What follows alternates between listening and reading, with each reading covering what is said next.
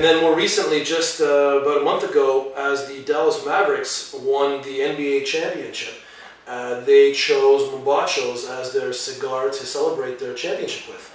And so as they came off the plane in Dallas with the trophy above their head, Mark Cuban, their owner, Dirk Nowitzki, their star, Jason Terry, they all got Mombachos dangling in their mouths, and we're discovering this online through newspaper websites that are just posting pictures of the champions, and we start zooming in and going, are those Mombachos? They have Mombachos in their mouths. And so that's something that just blew us away, and we haven't even started to realize the opportunity that presents, because it's a marketing coup. You know, we're a boutique cigar business, and it means it's a symbol of, you don't have to have a giant PR agency behind you. We don't have a marketing budget. We're a relationship-based business. And we have, now become the cigar champions. Well, here's the picture of Mark Cuban holding up the championship trophy, and he's got this Mombacho cigar between his teeth, and then is it lit? Unlit, yeah, because they were on the plane. So, but anyway, you can clearly see it's the Mombacho cigar. Where did they get the cigars? They got the cigars from us. You know, we had a fortuitous chain of events that led to one of our friends going down to Miami from here in Toronto for Game 6. First of all, an unlikely Game 6 to begin with, in that Dallas was leading when Miami was the favorites. So we made sure our friend had a couple boxes of cigars there to see what he could do with. They're like, listen, if these guys win tonight, you make sure they have a good cigar in their hand. And he managed to make his way to the dressing room after they won and handed the cigars out. And funny story is that they smoked them that night in the dressing room, and in the club in Miami, Lil Wayne was smoking them. But our friend there who took them down, he goes, I had a few too many cocktails, and I didn't have a camera, so I don't have any pictures. And we were beside ourselves. I mean, like, really? I mean, this great opportunity, and you don't have any pictures, but you know what? Whatever. Great story. I'm sure some pictures will turn up somewhere. Yeah. Unbeknownst to us, the players themselves had saved some cigars for the plane ride home. And then in the plane ride, and there's some YouTube clips of these guys loading up the cigars on the plane, they put them all in their mouths before they leave the plane as a symbol of victory, you know. Yeah, sure. And that was an organic moment you could not script. And here's these champions, recently crowned, walking off the plane with Mombachos in their mouths, and that was just a cat's meow. Well, I mean, this is a great picture. That's classic. There, you've got another one over there. It's beautiful. I mean, yeah, it's great. That's a kind of publicity that you can't buy. You can't pay for it, and in fact, I spent the next 2 weeks then trying to find Mark Cuban's phone number and email address so I could just personally thank the man for supporting our brand. I mean, as the leader of that troop there, and of course I couldn't make any headway. He's a multi-billionaire public figure, so that's not information that's publicly available to a little guy in Toronto here. But it turns out that he celebrated his victory in Montreal for a weekend, just about 300 miles from here, east. And so I managed to get the coordinates of his dinner plans on his first night there. And so unbeknownst to him or anybody else there, I flew down to Montreal on a whim with a handwritten thank you letter. I just wanted to thank the man personally, and crashed his dinner party. Didn't know which, that can go one of two ways, right? Either you can get kicked out, hauled out by your labels, or it can be a maverick moment. And so Cuban loved it.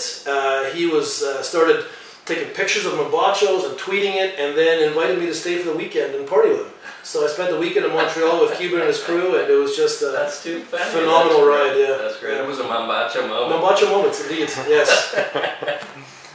Wow. So that was the last 12 months.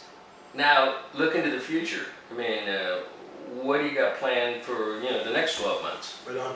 Well, we continue to develop the Chinese market, and that's that's a sort of a separate entity. But really, what our focus in the next 12 months is North American retail markets. So we really feel that we're ready now for a larger scale development of our brand. We've really focused on providing a complete cigar experience. So as we have a lot of private clients, we do a lot of corporate partnerships. We do the cigars for the Toronto Maple Leafs of the National Hockey League and Toronto Raptors of the NBA, Toronto Blue Jays of the Major League Baseball. So we have these great relationships here. We've developed a cachet for the brand that denotes a great experience, and I think we can now. That's a portable model. But at the end of the day, for true scalable growth, we need to have the support of the retail industry on this continent, North America. So the next 12 months really will see us look forward to making relationships in the stateside, and developing our reach across Canada. Yeah. Well, my next question is kind of along those lines too. Is the cigar industry worldwide is pretty competitive right now, and I don't think we've seen another time where there were so many great cigars issuing from so many countries, Right. and new manufacturers, new brand owners are appearing regular. There's an awful lot of really great tobacco out there, so there's no shortage of tobacco. How have you tried to position Mombacho in the market, and what do you feel is going to make your brand compete well in the marketplace? Right, that's a great question, and that's really cuts to the core of our brand foundation, which is we want to create the world's most memorable cigar experience. It's something whereby it's not just about picking up a box of cigars off the shelf amongst 100 other brands, although we'd like to have that option as well.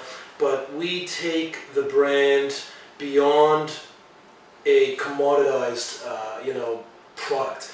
We like to think that we're everyone who is a Mombacho customer is part of the Mombacho family. So we have a factory down in Nicaragua. We always invite our customers to come down there. We have an anniversary party down there each January. We invite our clients and partners and suppliers to come down and join us there. And so we believe that as competitive as the cigar industry is, it's also a very intimate industry. And brothers of the leaf and sisters of the leaf, love a good time. So we like to we like to build relationships around the brand and provide, again, like I said, an overall experience, which means the packaging has to be top-notch. So we want to be considered as the cigar of choice when people want to buy cigars as a gift, when people want to celebrate cigars for a wedding or for a golf tournament or a stag party. These are these moments where celebratory, times when cigars are a great vehicle for that moment, and we believe we have a great product for those engagements. So we're coming in on a premium level, and we want to make sure that customer care goes beyond just the point of purchase, and that we are able to develop a relationship beyond the point of sale. Well, I tell you, there's a lot of exciting times ahead for Mombacho, and the product that I'm holding in my hand right now is great. This is a great cigar. I could smoke this cigar any day, any time of the day. Appreciate that very much. So, before we sign off, is there anything else that you'd like to tell my Stogie Fresh 5 listeners? And also, this is going to be on YouTube ultimately. Right. So, any last words?